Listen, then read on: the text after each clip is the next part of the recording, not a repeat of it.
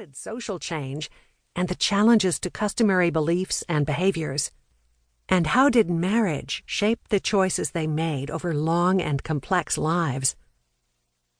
I began with an extensive list of potential subjects for this book, and quickly found their numbers dwindling.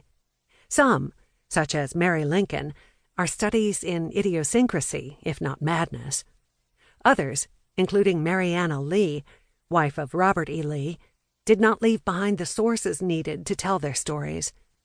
I did not want to reconstruct a lunar landscape, filled with women who could be known only in the reflected light of their husband's commentary. In the end, there proved to be few women who left behind the records that would allow me and my listeners to hear their voices clearly and see their world as they saw it. From among them, 3 women emerged as my subjects: Angelina Grimke Weld, Varina Howell Davis, and Julia Dent Grant.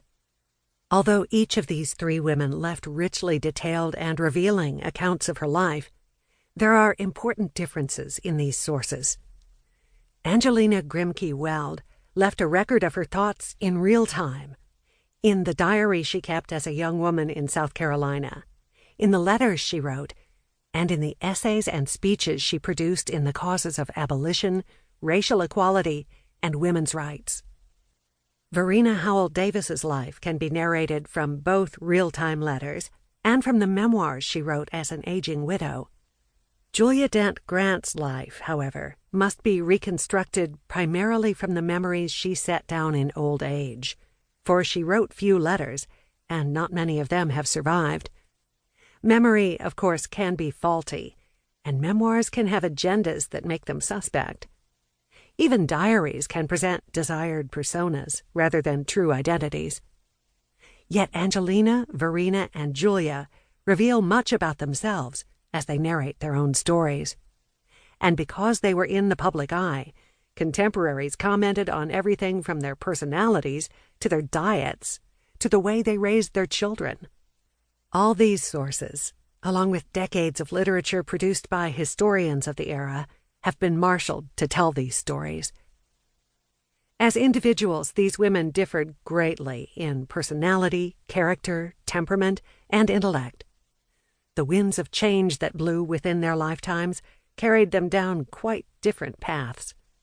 Yet the paths they chose, and the paths chosen for them by their husbands, illustrate both the limitations and the possibilities for married white women in an age that saw both reform and reaction, rapid change, and a rising nostalgia for the past.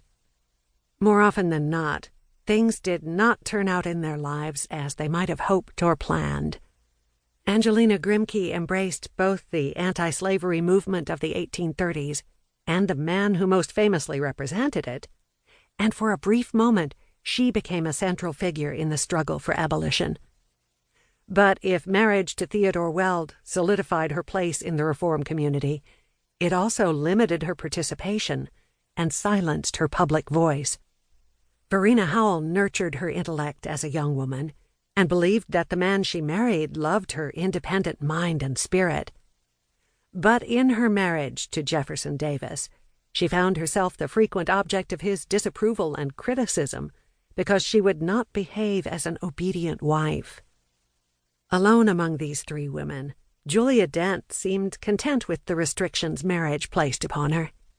She was fortunate to marry Ulysses S. Grant, a man who, like herself, accepted the social norms and conventions of the day. Julia embraced the status quo, resisted change until it could no longer be ignored or repelled, and only late in life caught a fleeting glimpse of the price of perpetual dependency that had defined her. Over the months, as their biographies took shape, I came to know these 3 women with the intimacy that biographers often acquire, and with an affection that biographers do not always sustain. Angelina's bravery won my respect. Varina's brilliance won my admiration. And Julia's contentment won my envy. Each performed remarkable deeds, some of their own initiative, others in response to the exigencies of the moment. Each made striking sacrifices to husband and family.